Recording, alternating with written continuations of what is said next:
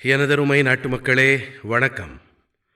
மனதின் குரலில் மீண்டும் ஒருமுறை தேசத்தின் வெற்றிகள், நாட்டு மக்களின் சாதனைகள் பற்றி பேச இருக்கிறோம். கடந்த சில வாரங்களில் அது விளையாட்டுகளாகட்டும், அறிவியலாகட்டும், கலாச்சாரமாகட்டும், நடைபெற்றிருக்கின்ற பல விஷயங்கள் பாரத நாட்டவர்களுக்கு பெருமை சேர்த்திருக்கின்றன. தற்போதுதான் சுபான்ஷு சுக்லா அவர்கள் விண்வெளி பயணத்தை நிறைவு செய்து திரும்பியிருப்பது குறித்து நாடெங்கும் பேசப்பட்டு வருகிறது. சுபான்ஷு அவர்கள் தரையை தொட்டபோது மக்கள் உற்சாகமடைந்தார்கள். அனைவர் இதயங்களிலும் சந்தோஷத்தின் திவலைகள் தாண்டவமாடின. தேசமே பெருமிதத்தில் பொங்கியது. ஆகஸ்ட் மாதம் 2023ஆம் தேதியன்று சந்திரயான் 3 வெற்றிகரமாக தரையிறங்கிய வேளையில் தேசத்தில் ஒரு புதிய அலாதியான சூழல் நிலவியது எனக்கு நினைவிருக்கிறது. அறிவியல் பற்றியும் விண்வெளி குறித்தும் சிறார்கள் மனதிலே புதியதொரு ஆர்வம் துளிர்த்தது. நாங்களும் விண்வெளிக்கு பயணிப்போம், நாங்களும் நிலவில் கால் பதிப்போம், விண்வெளி விஞ்ஞானியாக ஆவோம் என்று இப்போதெல்லாம் சின்ன சின்ன பிள்ளைகளும் கூறி வருகின்றார்கள்.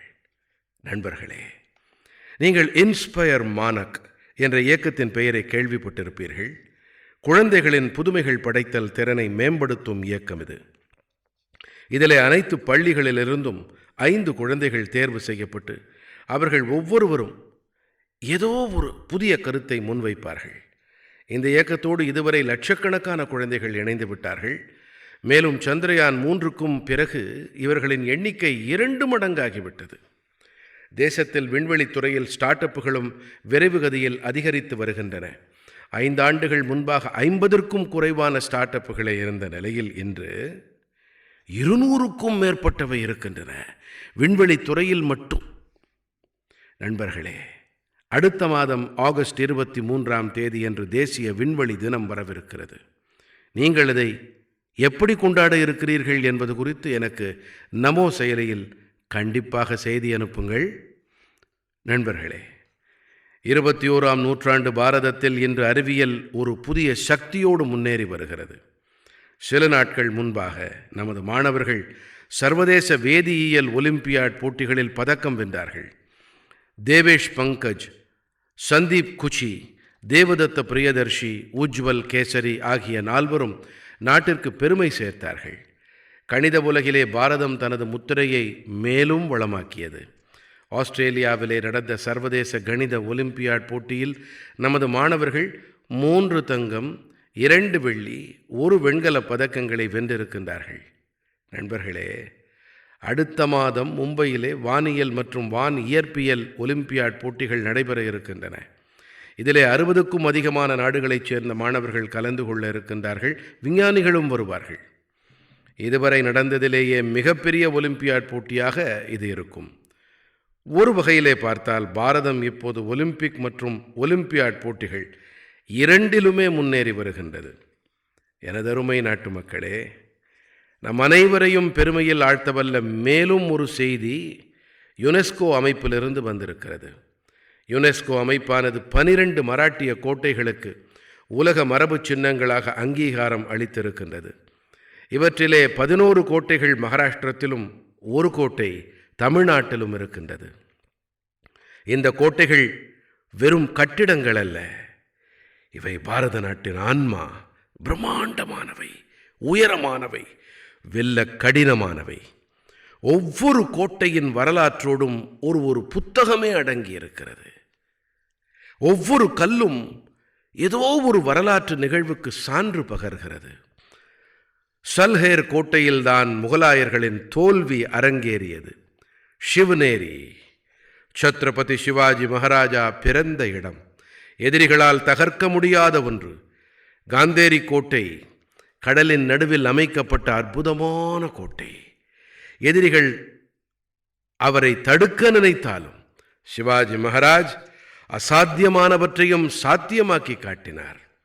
பிரதாப்கட் கோட்டை அஃப்சல் கான் வெற்றி கொள்ளப்பட்ட இடம். இந்த வெற்றி காதையின் எதிரொலி இன்றும் கூட கோட்டை சுவர்களில் எதிரொலித்துக் கொண்டிருக்கிறது. விஜயதுர்க், இதன் இரகசிய சுரங்கங்கள் சத்ரபதி சிவாஜி மகாராஜின் தொலைநோக்கிற்கு கட்டியம் கூறுகின்றன. நான் சில ஆண்டுகள் முன்பு ராய்கடை சுற்றி பார்த்தேன். சத்ரபதி மகாராஜின் உருவச் சிலைக்கு முன்பாக பிரார்த்தனை செய்தேன்.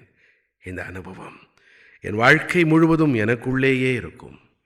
நண்பர்களே, தேசத்தின் இன்னும் பிற பகுதிகளிலும் கூட இப்படிப்பட்ட அற்புதமான கோட்டைகள் இருக்கின்றன.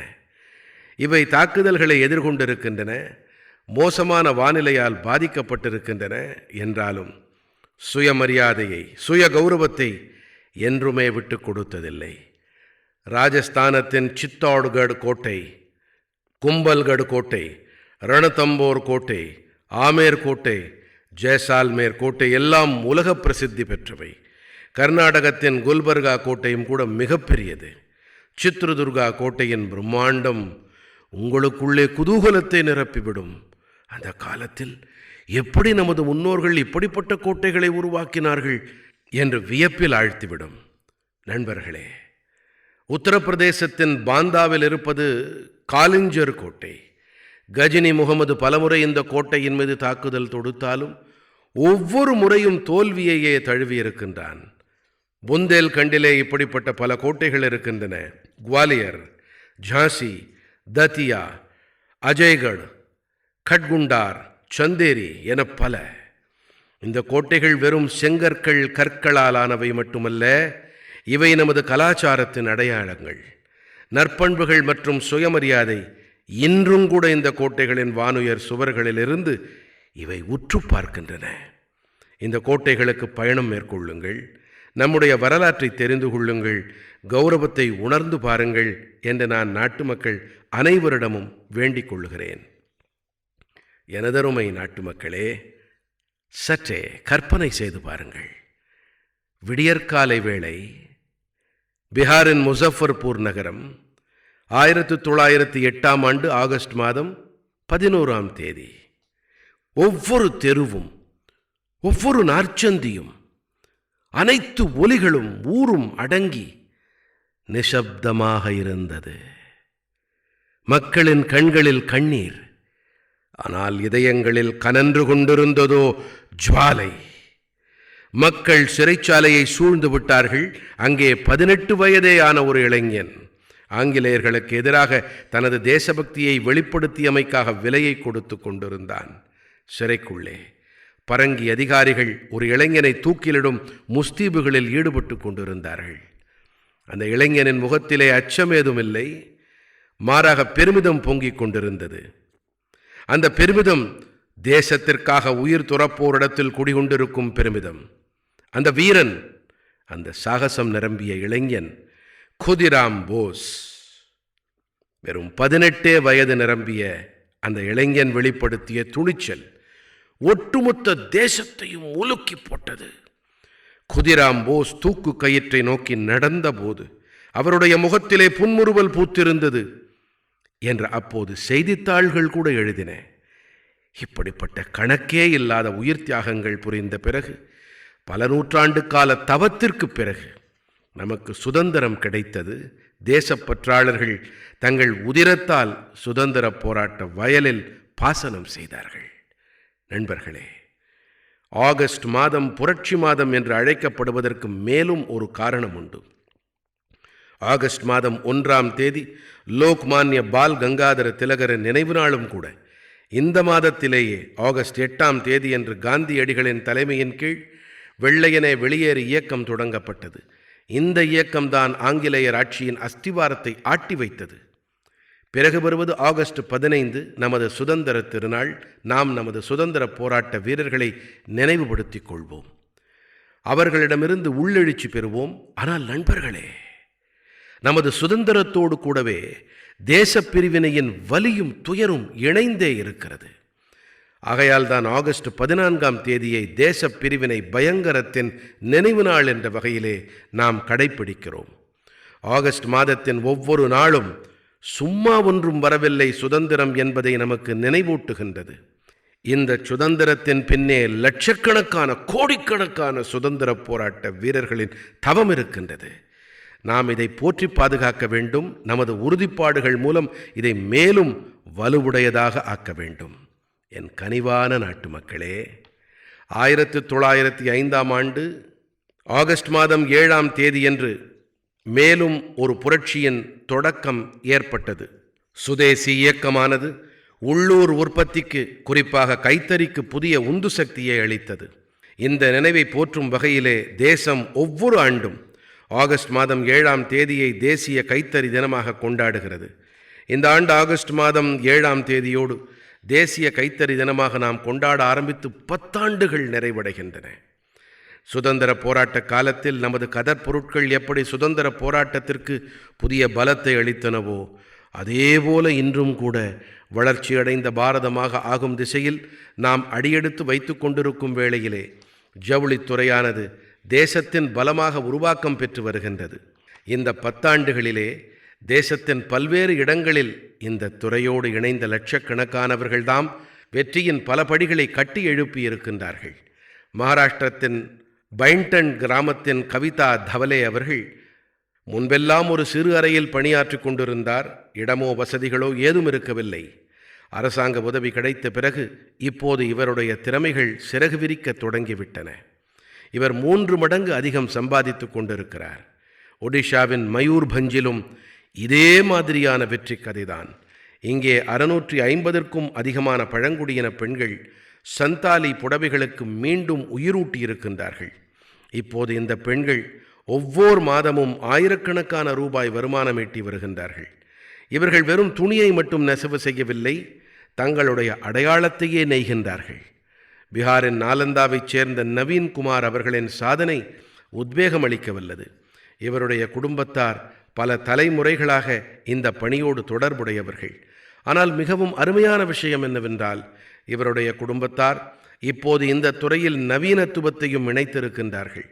இப்போது இவர்களுடைய குழந்தைகள் கைத்தறி தொழில்நுட்பத்தை படிக்கிறார்கள், பெரிய பிராண்டுகளில் வேலை பார்த்து வருகின்றார்கள்.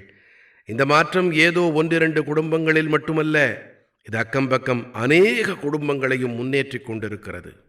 நண்பர்களே, ஜவுளித்துறை பாரதத்தின் ஒரு துறை மட்டுமல்ல, இது நமது கலாச்சார பன்முகத்தன்மைக்கான எடுத்துக்காட்டு. இன்று ஜவுளித்துறை மற்றும் ஆயத்த ஆடைகள் சந்தை வெகு விரைவாக முன்னேறி வருகிறது. இந்த முன்னேற்றத்தின் மிக அழகான விஷயம் என்னவென்றால், கிராமங்களைச் சேர்ந்த பெண்கள், நகரங்களின் ஆடை வடிவமைப்பாளர்கள், மூத்த நெசவாளர்கள் மற்றும் ஸ்டார்ட் அப்புகளை தொடங்கும் நமது இளைஞர்கள் என அனைவரும் இணைந்து இதை முன்னெடுத்து கொண்டு வருகின்றார்கள். இன்று பாரதத்தில் 3000க்கும் மேற்பட்ட ஜவுளித்துறை ஸ்டார்ட் அப்புகள் செயல்பட்டு வருகின்றன.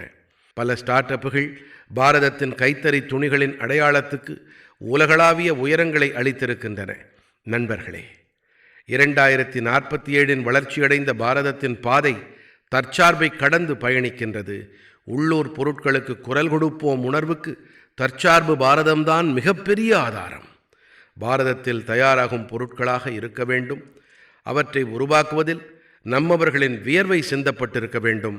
உள்ளூரிலேயே வாங்குங்கள், உள்ளூரிலேயே விற்பனை செய்யுங்கள். இதுவே நமது உறுதிப்பாடாக இருக்க வேண்டும். என் மனம் நிறை நாட்டு மக்களே, பாரதத்தின் பன்முகத்தன்மையின் மிக அழகான காட்சியை நமது நாட்டுப்புற பாடல்கள் மற்றும் பாரம்பரியங்களில் காணலாம். இதன் அங்கம்தான் நமது பஜனை பாடல்களும் நமது கீர்த்தனங்களும். ஆனால் கீர்த்தனை பாடல்கள் வாயிலாக காட்டுத்தீ பற்றி மக்களிடம் விழிப்புணர்வு ஏற்படுத்தியது குறித்து நீங்கள் எப்போதாவது கேள்விப்பட்டதுண்டா? நீங்கள் ஒருவேளை நம்பாமல் போகலாம். ஆனால் ஒடிஷாவின் கியோன்ஜார் மாவட்டத்தில் ஒரு அற்புதமான செயல் நடந்தேறி வருகிறது. இங்கே ராதாகிருஷ்ண சங்கீர்த்தன மண்டலி என்ற பெயர் கொண்ட ஒரு குழு இருக்கிறது. பக்தியோடு கூடவே இந்த குழுவானது இன்று சுற்றுச்சூழல் பாதுகாப்பு என்ற மந்திரத்தையும் கூடவே சேர்ந்து ஜபித்து வருகின்றது. இந்த முன்னெடுப்புக்கான உத்வேக காரணியாக இருந்தவர் பிரமீளா பிரதான் அவர்கள். காடுகள் மற்றும் சுற்றுச்சூழலின் பாதுகாப்பிற்காக இவர் பாரம்பரியமான பாடல்களோடு புதிய சொற்களை இணைத்தார், புதிய செய்திகளை இழைத்தார். இவரது குழுவானது கிராமங்கள் தோறும் சென்றது. பாடல்கள் வாயிலாக காட்டுத்தீயால் எத்தனை அழிவு ஏற்படுகிறது என்பதை மக்களுக்கு புரிய வைத்தார். இந்த எடுத்துக்காட்டு நமது மக்கள் பாரம்பரியங்கள் என்னவோ கடந்து போன காலத்தின் எச்சங்கள் அல்ல, இவற்றிலே சமூகத்திற்கு நல்வழிகாட்டும் சக்தி இன்னமும் இன்றும் இருக்கின்றன என்பதை நமக்கு நினைவூட்டுகின்றது. என் இனிமையான நாட்டு மக்களே, பாரதத்தின் கலாச்சாரத்தின் மிகப்பெரிய ஆதாரம் நமது பண்டிகைகளும் நமது பாரம்பரியங்களும் தான். ஆனால் நமது கலாச்சாரத்தின் உயிர்ப்புத்தன்மையுடைய மேலும் ஒரு பக்கம் இருக்கிறது. நமது நிகழ்காலம் மற்றும் நமது வரலாற்றை நாம் ஆவணப்படுத்தி கொண்டே வர வேண்டும் என்பதுதான் அந்த பக்கம். பல நூற்றாண்டுகளாக ஓலைச்சுவடிகள் வடிவிலே பாதுகாக்கப்பட்டிருக்கும் ஞானம்தான் நமது மெய்யான சக்தியாகும். இந்த ஓலைச்சுவடிகளிலே விஞ்ஞானம் உள்ளது, சிகிச்சை முறைகள் இருக்கின்றன, இசை இருக்கிறது, தத்துவம் உள்ளது.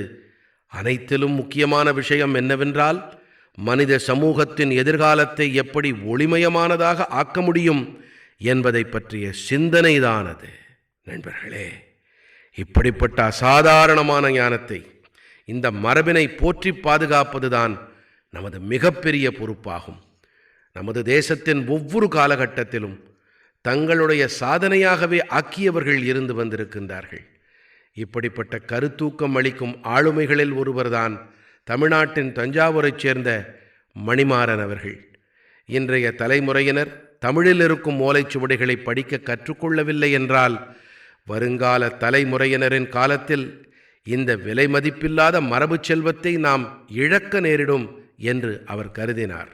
ஆகையால் அவர் மாலை நேர வகுப்புகளை தொடங்கினார். அதிலே மாணவர்கள், வேலை பார்க்கும் இளைஞர்கள், ஆய்வாளர்கள் என பலர் அங்கே கற்கத் தொடங்கினார்கள். மணிமாறன் அவர்கள் தமிழ்ச்சுவடிகளை எவ்வாறு படிப்பது, புரிந்து கொள்வது என்பதன் விதிமுறைகள் பற்றி கற்பித்தார். இன்று பல முயற்சிகளுக்கு பிறகு பல மாணவர்கள் இந்த வழிமுறையில் தேர்ச்சி பெற்று விட்டார்கள். சில மாணவர்கள் இந்த சுவடிகளின் அடிப்படையில் பாரம்பரிய மருத்துவ முறை மீதான ஆய்வுகளையும் மேற்கொள்ள தொடங்கியிருக்கின்றார்கள். நண்பர்களே, இப்படிப்பட்ட முயற்சிகள் நாடெங்கிலும் நடைபெற்றால் நமது பண்டைய ஞானம் 4 சுவர்களுக்குள்ளே மட்டும் அடைந்து கிடக்காமல் புதிய தலைமுறையினருக்கு விழிப்பேற்படுத்தும் பணியை ஆற்றுமில்லையா? இந்த எண்ணத்தால் உத்வேகமடைந்து பாரத அரசு இந்த ஆண்டு வரவு செலவு திட்ட அறிக்கையில் ஞான பாரத இயக்கம் என்ற ஒரு வரலாற்று முன்னெடுப்பை அறிவித்திருக்கிறது. இந்த இயக்கத்தின்படி பண்டைய சுவடிகள் டிஜிட்டல் மயமாக்கப்படும். பிறகு உலகெங்கிலும் இருந்தும் மாணவர்கள், ஆய்வாளர்கள் ஆகியோர் பாரதத்தின் ஞான பாரம்பரியத்தோடு தங்களை இணைத்து கொள்ள இயலும். நீங்களும் இப்படிப்பட்ட முயற்சியோடு இணைந்திருந்தாலோ இணைய விரும்பினாலோ மைகவ் அல்லது கலாச்சார அமைச்சகத்தை கண்டிப்பாக தொடர்பு கொள்ளுங்கள். ஏனென்றால் இவை சுவடிகள் மட்டுமல்ல, இவை இனிவரும் சந்ததிகளும் தெரிந்து கொள்ள வேண்டிய பாரதத்தின் ஆன்மாவின் அத்தியாயங்கள். என் இதயம் நிறை நாட்டு மக்களே, உங்களிடம் எத்தனை வகையான புள்ளினங்கள் இருக்கின்றன என்று கேட்கிறார்கள் என்று வைத்துக் கொள்வோமே. நீங்கள் என்ன கூறுவீர்கள்? தினமும் ஒரு 5-6 பறவைகளை என்னால் பார்க்க முடிகிறது. சிலவற்றை என்னால் அடையாளம் கண்டுகொள்ள முடிகிறது. சில பறவைகளை பற்றி தெரியவில்லை. ஆனால் நமக்கு அக்கம்பக்கத்தில் இருக்கும் பறவை இனங்களை பற்றி தெரிந்து கொண்டால் மிகவும் சுவாரஸ்யமாக இருக்கும். அண்மையில் இப்படிப்பட்ட ஒரு அருமையான முயற்சி அசாமில் உள்ள காசிராங்கா தேசிய பூங்காவில் நடந்தது. பொதுவாக பார்த்தால் இந்த இடம் காண்டாமிருகங்களுக்கு பெயர் போனது என்றாலும் இந்த முறை இங்கே இருக்கும் புல்வெளியும் அதில் வசிக்கும் புள்ளினங்களும் தான் விவாதப் பொருளானது. இங்கே இந்த கணக்கெடுப்பு காரணமாக பறவைகளின் 40க்கும் மேற்பட்ட புள்ளின வகைகள் அடையாளம் கண்டறியப்பட்டன என்பது உங்களுக்கு மகிழ்ச்சியை அளிக்கலாம். இவற்றிலே மிக அரிய வகை பறவைகளும் அடக்கம். இத்தனை பறவைகளை எப்படி அடையாளம் காண முடிந்தது என்ற வியப்பு உங்களுக்கு ஏற்படலாம். இங்கேதான் தொழில்நுட்பம் தன் வித்தையை காட்டியது. கணக்கெடுப்பில் ஈடுபட்ட குழுவானது ஒலிகளை பதிவு செய்யும் கருவியை பொருத்தியது. பிறகு கணிப்பொறி வாயிலாக அந்த ஒலிகள் ஆய்ந்து அலசப்பட்டு செயற்கை நுண்ணறிவை பயன்படுத்தி அந்த ஒலிகள் மூலம் மட்டும் பறவைகள் அடையாளம் காணப்பட்டன. அதுவும் எந்த ஒரு தொந்தரவும் கொடுக்காமலேயே. சிந்தித்து பாருங்கள். தொழில்நுட்பமும் புரிந்துணர்வும் ஒன்றிணைந்து செயல்படும் போது இயற்கையை புரிந்து கொள்ளுதல் எத்தனை எளிதாகவும் ஆழமாகவும் ஆகிவிடுகிறது பாருங்கள். நாம் இத்தகைய முயற்சிகளுக்கு ஊக்கமளிக்க வேண்டும். அப்போதுதான் நாம் நமது உயிரின பன்முகத்தன்மையை அடையாளம் காண முடிவதோடு அடுத்த தலைமுறையையும் இதோடு இணைக்க இயலும். எனதருமை நாட்டு மக்களே, சில வேளைகளில் எங்கே மிக அதிகமான இருள் கவிந்திருக்கிறதோ அங்கிருந்துதான் பேரொளி பீரிட்டு கொண்டு புறப்படும்.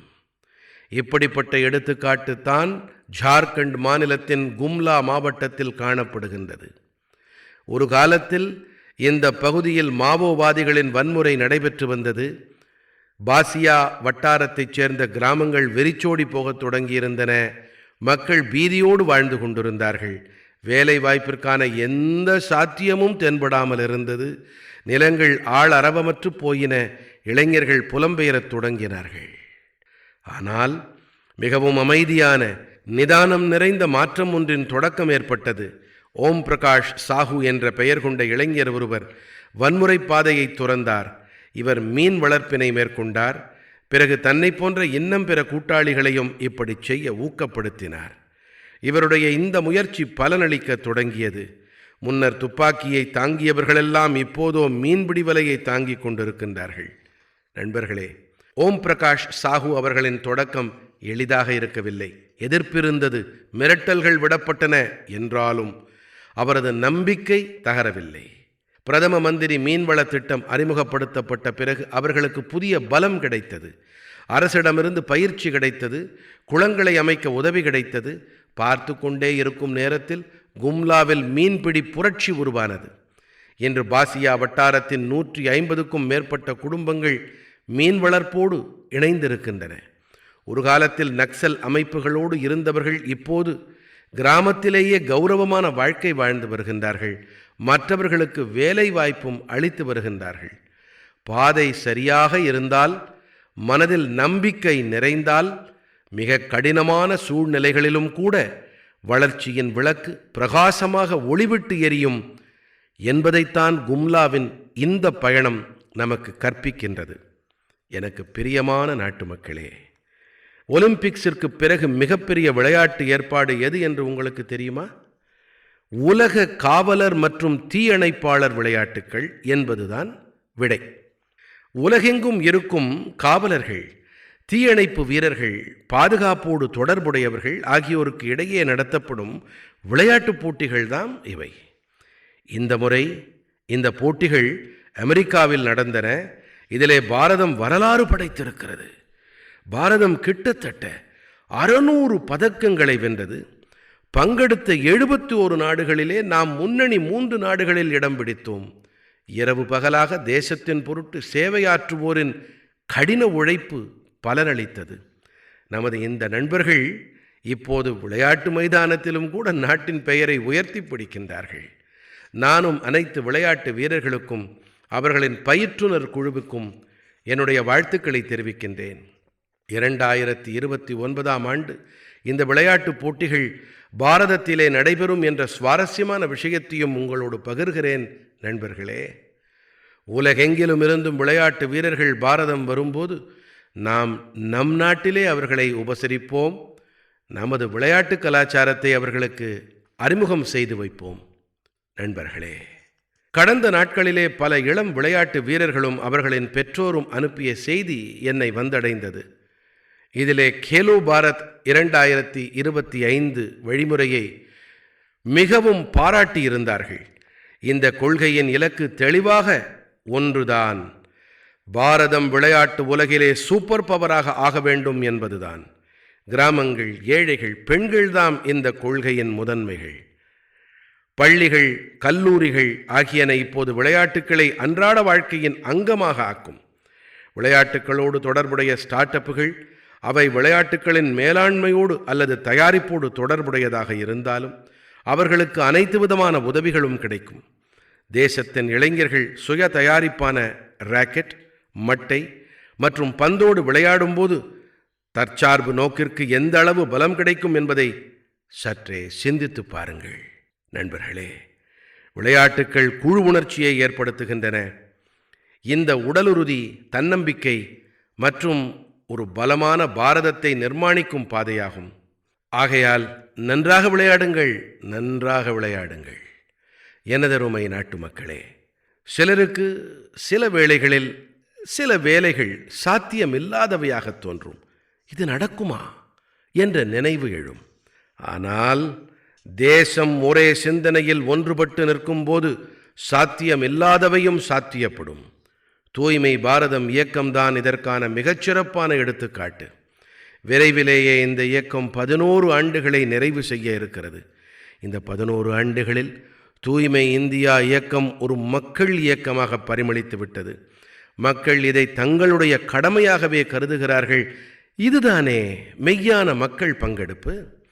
நண்பர்களே, ஒவ்வொரு ஆண்டும் நடைபெறும் தூய்மை ஆய்வு இந்த உணர்வை மேலும் அதிகரித்திருக்கின்றது. இந்த ஆண்டு தேசத்தின் 4500க்கும் மேற்பட்ட நகரங்களும் சிறுநகரங்களும் இதில் கலந்து கொண்டன. 15 கோடிக்கும் அதிகமானோர் இதிலே பங்கு பெற்றார்கள். இது சாதாரண எண்ணிக்கை அல்ல.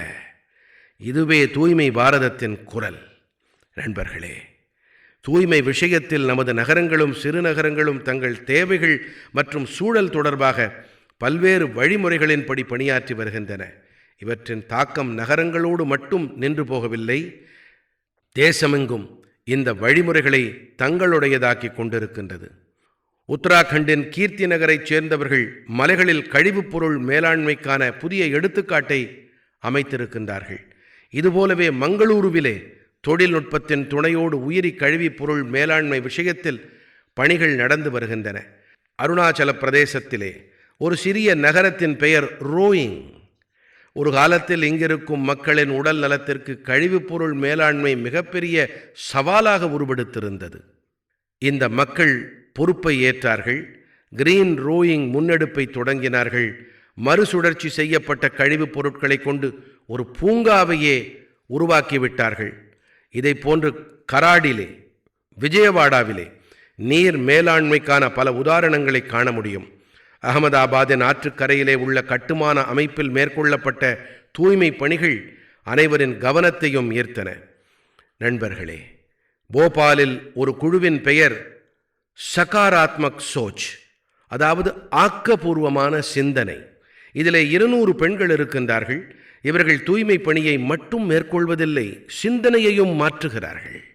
ஒன்றாக இணைந்து நகரின் 17 பூங்காக்களை தூய்மைப்படுத்துவது, துணிப்பைகளை விநியோகம் செய்வது என இவர்களின் அனைத்து பணிகளிலும் ஒரு செய்தி இருக்கிறது. இப்படிப்பட்ட முயற்சிகள் காரணமாகவே போபாலிலும் கூட இப்போது தூய்மை பணி ஆய்விலே கணிசமான முன்னேற்றம் வந்திருக்கிறது. லக்னோவின் கோமதி நதிக்குழு பற்றி பேசுவதும் அவசியமானது.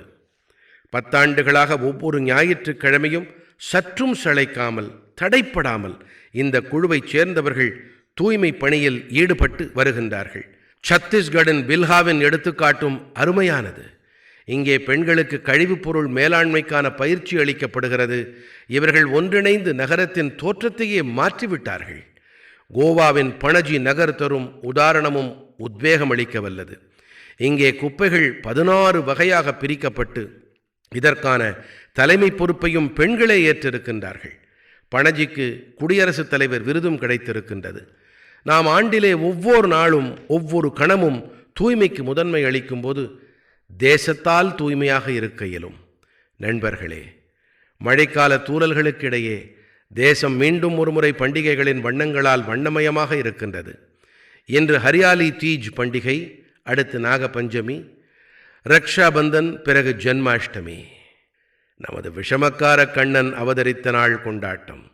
இந்த திருநாட்கள் அனைத்திலும் நமது உணர்வுகள் கலந்திருக்கின்றன. இவை நம்மை இயற்கையோடு இணைத்து வைப்பதோடு சமநிலை பற்றிய செய்தியையும் அளிக்கின்றன. உங்கள் அனைவருக்கும் இந்த புனிதமான திருநாட்களுக்கான ஏராளமான நல்வாழ்த்துக்கள். பிரியமான என் நண்பர்களே, உங்களுடைய அனுபவங்களையும் கருத்துக்களையும் எனக்கு தொடர்ந்து அனுப்பி வாருங்கள். அடுத்த மாதம் மீண்டும் சந்திப்போம். நாட்டு மக்களின் மேலும் சில புதிய சாதனைகள் மற்றும் உள்ளெழுச்சிகளை அறிந்து உணர்வோம். உங்களை கவனமாக பார்த்து கொள்ளுங்கள். பல பல நன்றிகள்.